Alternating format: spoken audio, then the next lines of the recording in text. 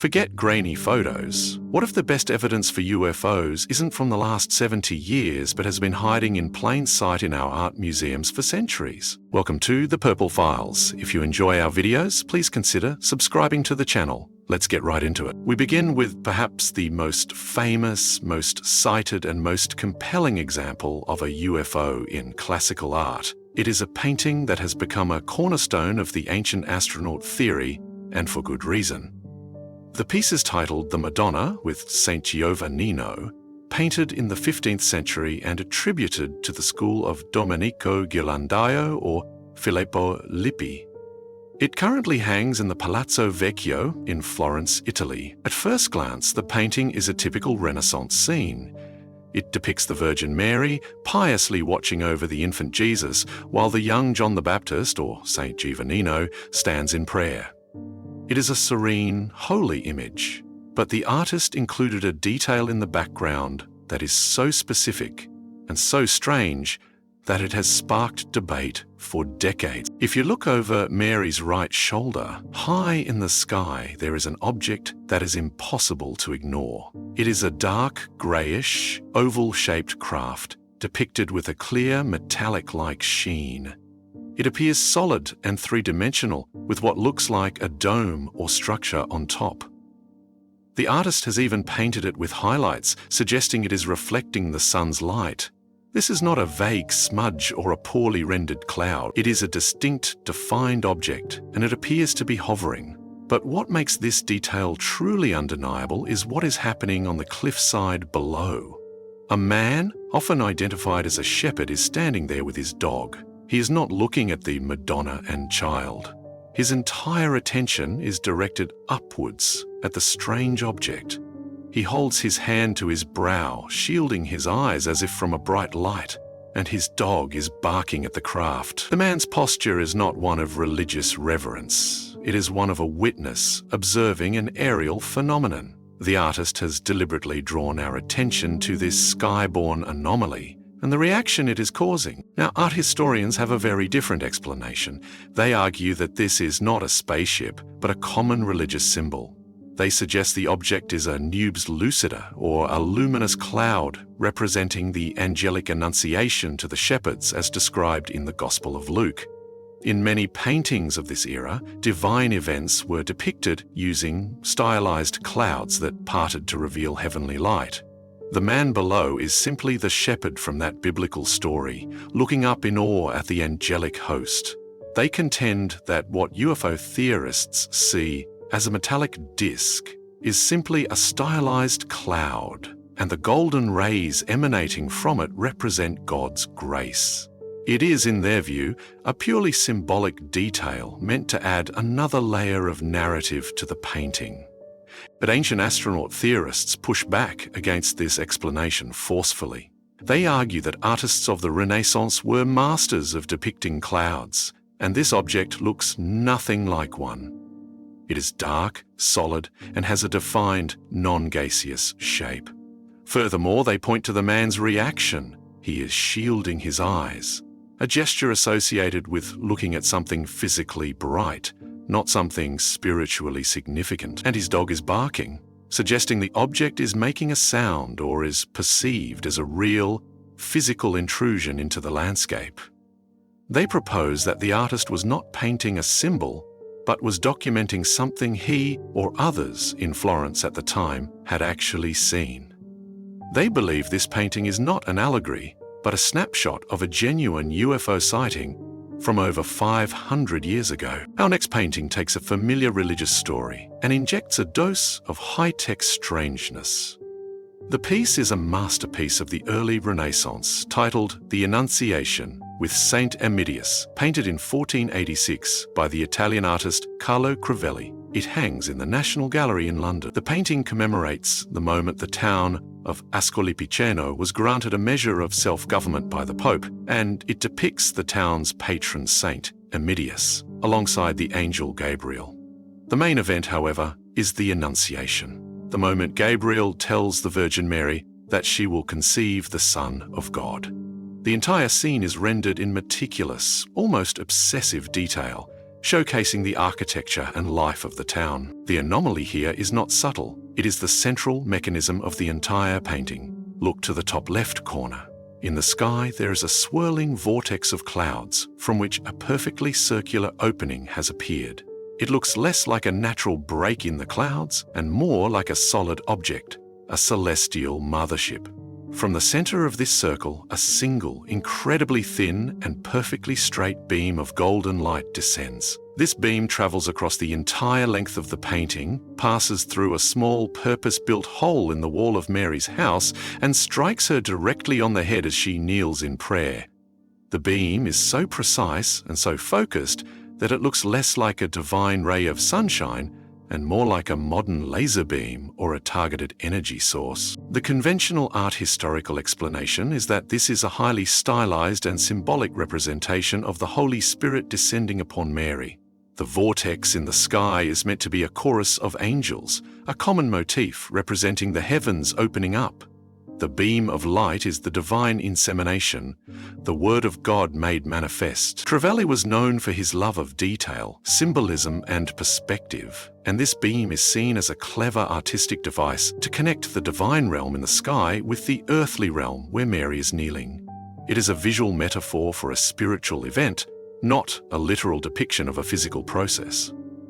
The entire composition is an allegory, a celebration of a holy moment, using the artistic language of the time. But UFO theorists see something very different. They argue that the object in the sky is a disc-shaped craft, and the beam is a form of advanced technology. They ask, if this is just a generic ray of divine light, why is it so narrow and focused? Why does it need to pass through a specific architectural opening to reach its target? It behaves more like a directed energy beam than diffuse sunlight. Some have gone so far as to suggest it represents a form of extraterrestrial genetic engineering or information transfer, an alien conception rather than a divine one.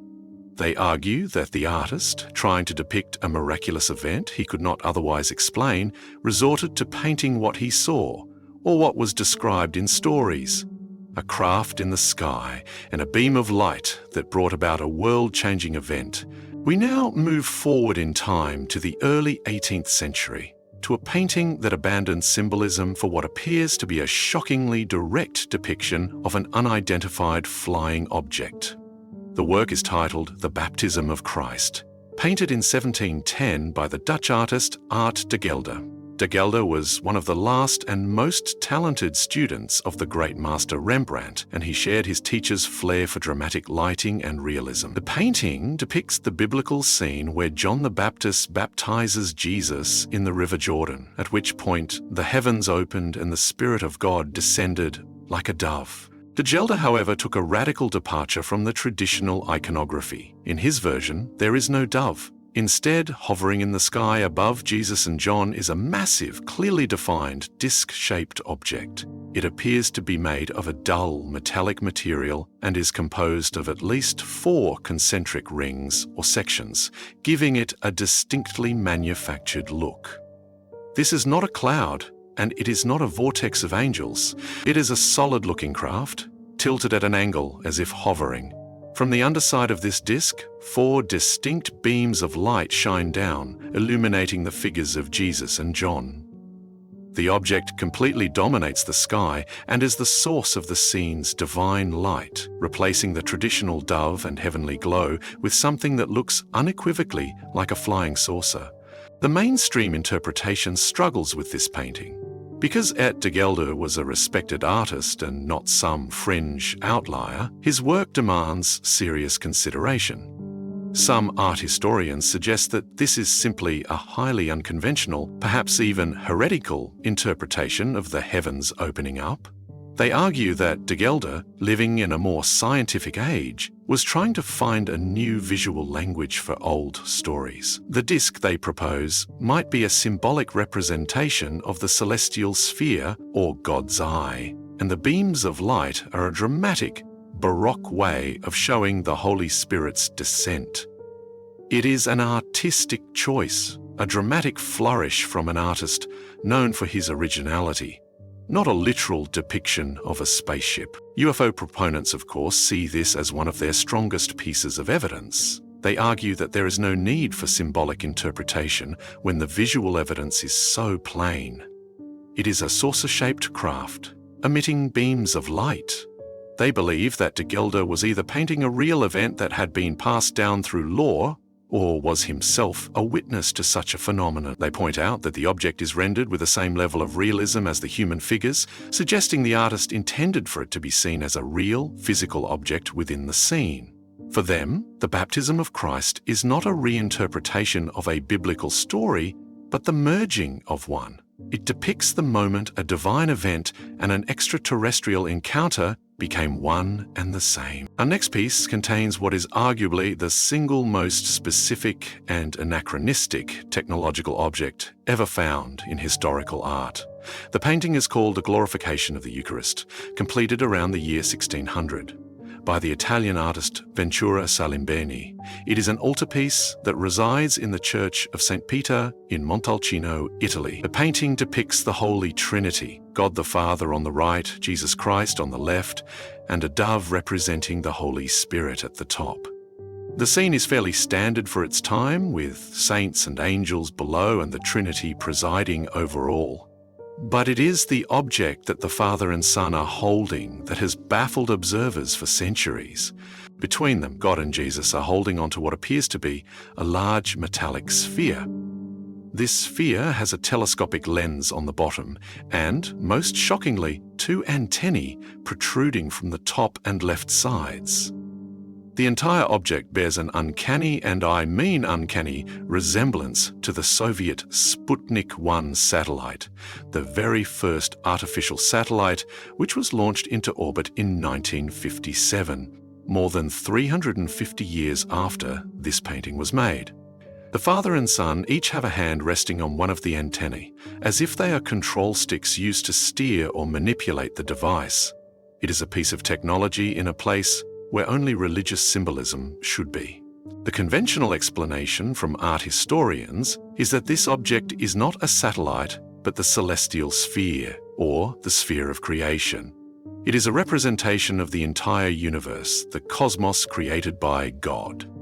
In this interpretation, the antennae are not antennae at all. They are wands or scepters, symbols of the Trinity's power and authority over all of creation. The sphere itself is sometimes said to represent the earth, and the painting is meant to show the Trinity's dominion over the world. The small light source, sometimes visible on the sphere, is said to be the sun. Essentially, it is an intricate and unusual piece of religious iconography, its meaning rooted in the complex theology of the Counter-Reformation. Ancient astronaut theorists, however, find this explanation completely inadequate. They argue that while a sphere might represent the universe, there is no historical or symbolic precedent for a sphere of creation to have antennae. The objects are so clearly defined as metallic rods with knobs on the end that calling them wands seems like a willful attempt to ignore the obvious. They propose that Salimbeni was painting a real object, perhaps one seen in a vision or described in a secret text. They believe this object, with its metallic body and protruding antennae, was some kind of advanced device, a communication tool or a monitoring station whose true nature was incomprehensible to the artist. To them, the Sputnik of Montalcino is a smoking gun, a piece of future technology that somehow found its way into a 17th century church. We now travel to a remote monastery in Kosovo, a place of profound religious significance that holds some of the most bizarre and controversial images in all of medieval art. Inside the Visoki Dekani Monastery, a Serbian Orthodox site built in the 14th century, are a series of stunning frescoes. Two of these, depicting the crucifixion of Christ, have become legendary in UFO circles. The main scene is what you would expect: Christ on the cross, with Mary and his followers grieving below. But it is what the artist painted in the sky in the top left and top right corners of the fresco that is so extraordinary. In the top right corner, there is a teardrop-shaped object, painted in orange and gold, moving through the sky. Inside this object, a human figure is clearly visible. He is not a passive passenger. He is hunched forward, his hands outstretched, as if gripping unseen controls. He is looking back over his shoulder at the crucifixion scene as his craft speeds away. In the top left corner, there is a similar object, this one painted in blue and white. It too contains a human pilot, who is looking forward in the direction of his travel. Both objects are depicted with wakes or trails behind them, giving a clear sense of high-speed motion. These are not angels on clouds. They look for all the world like pilots in some kind of single-occupant medieval starfighters. The official explanation from the Serbian Orthodox Church and many art historians is that these are not spacecraft, but highly stylized representations of the sun and the moon. In a great deal of Byzantine and early Christian art, the sun and moon were personified as human figures, often shown as witnesses to the crucifixion to signify the cosmic importance of the event. The craft are simply the artistic containers for these personified celestial bodies. The figures inside are the human forms of the sun and moon, and their wakes are stylized rays of light. It is, according to this view, a standard piece of iconography that would have been immediately understood by a medieval audience. But UFO researchers argue this explanation falls short. While the sun and moon were often personified, they were almost never depicted as being actively piloted inside mechanical-looking craft. The figures' postures, with hands-on controls and looking in different directions, suggest agency and technology, not passive celestial observation. Furthermore, why would the sun and moon be depicted as being in such a hurry, speeding away from the central event? UFO theorists propose that these frescoes are a literal record of an event that took place during the crucifixion, a flyby of two unidentified aerial phenomena. They believe the artist was painting what was described in the Gospels or in apocryphal texts, that strange things were seen in the sky when Christ died, and he rendered them as what they looked like: piloted craft. Our next painting depicts a famous Catholic legend, but the artist's rendering of the sky is what has captured the imagination of modern observers. The work is titled The Miracle of the Snow, painted in 1423 by the Italian artist Marcellino da Panicale. It is part of a larger altarpiece and is currently housed in a museum in Naples. The painting illustrates a story from the 4th century where a Roman patrician and Pope, Liberius, both had a dream on the same night. In the dream, the Virgin Mary told them to build a church in her honor on the exact spot where snow fell the next morning. Since this was August in Rome, a snowfall would be a true miracle. The painting shows the moment the miraculous snow begins to fall, with Jesus and Mary looking down from above. The anomaly is not a single object, but the entire sky. Jesus and Mary are seated on a normal, fluffy, white cloud, but below them, stretching across the horizon, is the source of the miraculous snow, a massive, dark, well-defined cloud that is filled with dozens of identical, circular, disc-shaped objects. These are not random cloud formations. They are arranged in a clear, grid-like pattern, almost like a military formation. Each object is a flattened grey disc, clearly distinct from the larger cloud they seem to be emerging from. They look less like a weather phenomenon and more like a fleet of identical metallic craft hovering over the city of Rome. The snow appears to be falling from these discs, not from the cloud itself. The mainstream art historical view is that this is simply an artistic convention. Marcellino was faced with the challenge of depicting a miraculous, unnatural snowfall. To show that it was not a normal weather event, he painted the clouds in a highly stylized, geometric and unnatural way.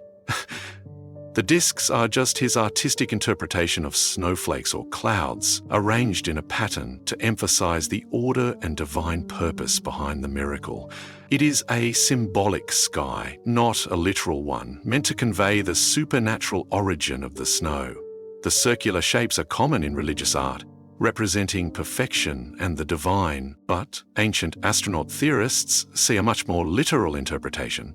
They argue that the artist was painting a real event or a story of a real event that involved not a miracle, but a mass UFO sighting. They suggest that the legend of the miraculous snow may have been a folk memory of a fleet of silvery discs appearing over Rome. The snow could have been a substance dropped from the craft Perhaps the strange angel hair phenomenon that has been reported in conjunction with modern UFO sightings. They point to the stark contrast between the normal-looking cloud that Jesus and Mary are on and the bizarre grid-like formation of discs below. To them, the artist was painting two different things: a symbolic heaven above and a literal fleet of unidentified flying objects below. Our next piece of evidence is not a painting, but it is a historical image that is just as compelling, if not more so, because it was mass-produced. We are looking at a jeton, a small coin-like token that was minted in France in the 1680s. Jetons were not official currency. They were used as educational tools to help people learn to count money, or sometimes as tokens for game. They often featured images of historical events, allegorical scenes, or, in this case, religious prophecies. This particular jeton has become famous because of the image stamped onto its face. The image is unambiguous. In the sky, above a pastoral landscape of trees and fields, there is a large, circular, wheel-like object.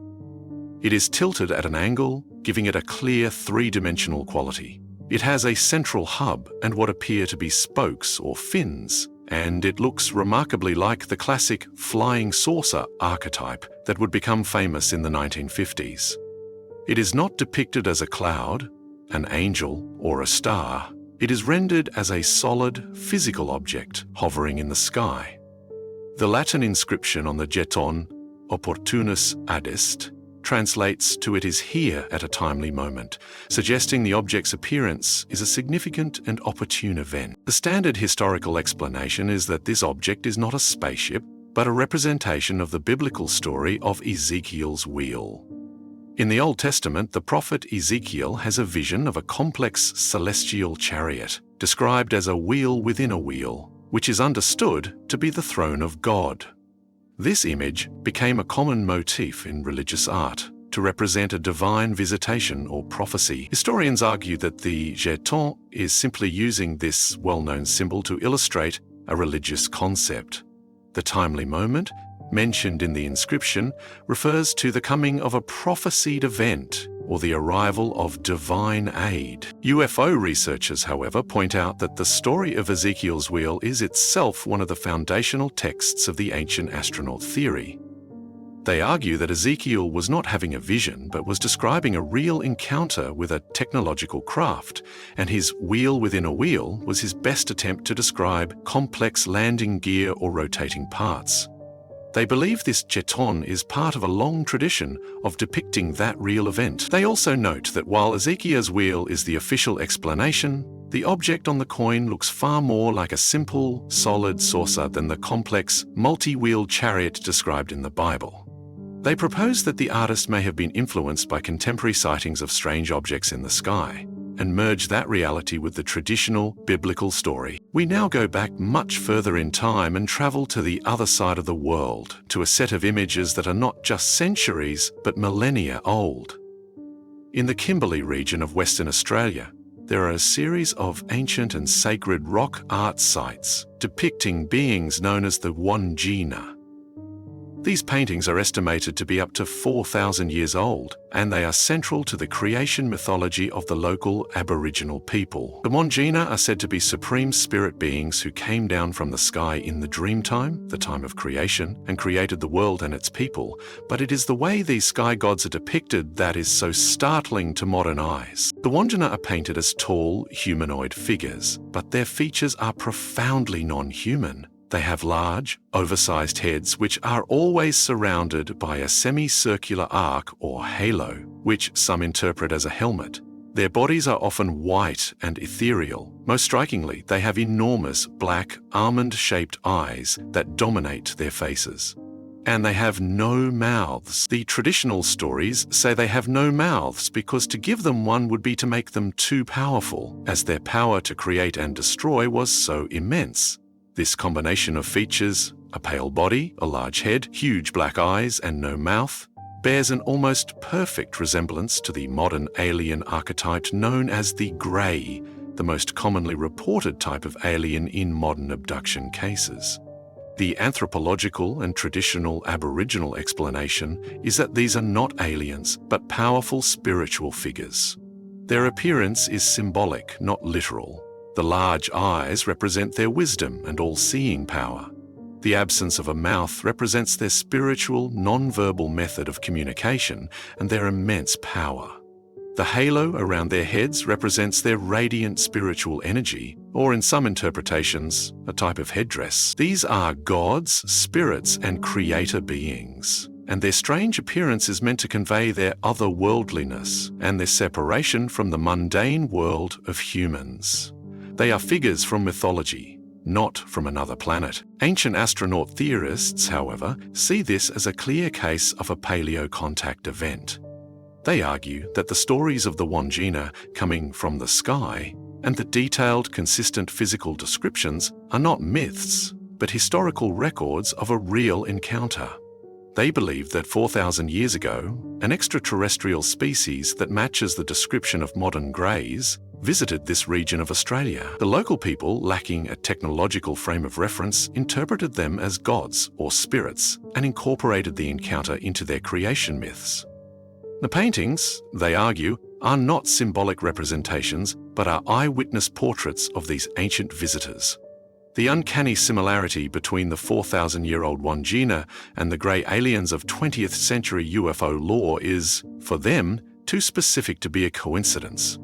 In most medieval and Renaissance art, the devil is a familiar figure. Red skin, horns, a goat-like face, and a pitchfork. But our next painting offers a very different and much stranger depiction of the ultimate evil. The work is a panel from an altarpiece created in 1475 by the Austrian artist Michael Pacher. It is titled Saint Wolfgang and the Devil.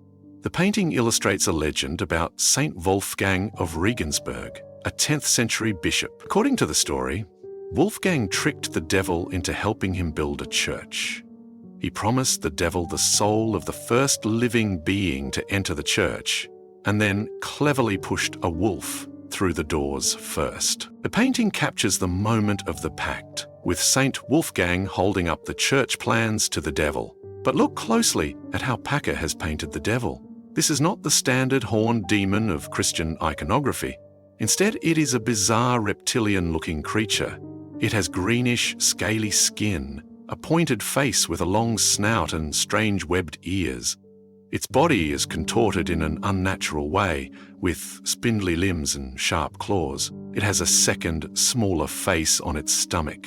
It looks less like the theological concept of Satan and more like a monstrous, non-human biological entity. It is, in short, a creature that would be right at home in a modern science fiction film. A standard art historical interpretation is that artists in the medieval and Gothic periods had a great deal of freedom in how they depicted demonic figures. While certain conventions existed, artists often used their imaginations to create grotesque and frightening creatures to represent the nature of evil. Pasha's devil is seen as a particularly creative and monstrous example. A chimera of different animal parts designed to be as repulsive as possible to a 15th century audience. The green skin and reptilian features were meant to evoke associations with serpents and poison, classic symbols of evil. It is a work of fantasy, not a biological study, but ancient astronaut theorists offer a different perspective. They speculate that historical depictions of demons, devils, and monsters might not always be pure fantasy. They propose that these stories could be distorted memories of real encounters with non-human beings who were feared and therefore demonized. They argue that Pacher's reptilian devil, so different from the standard depiction, might be based on a description of a real entity. Could the legends of deals with strange non-human entities be a folk memory of contact with a reptilian alien species? While it is one of the more speculative theories, they argue that the painting is evidence that the concept of a green-skinned reptilian humanoid is not a modern invention, but has roots that go back for centuries. We conclude our tour with a piece of art that is not a painting, but a massive tapestry, and the UFOs it contains are not subtle symbols, but are depicted as a clear invading force. The piece is known as the Triumph of Summer Tapestry, woven in the city of Bruges, Belgium, around the year 1538.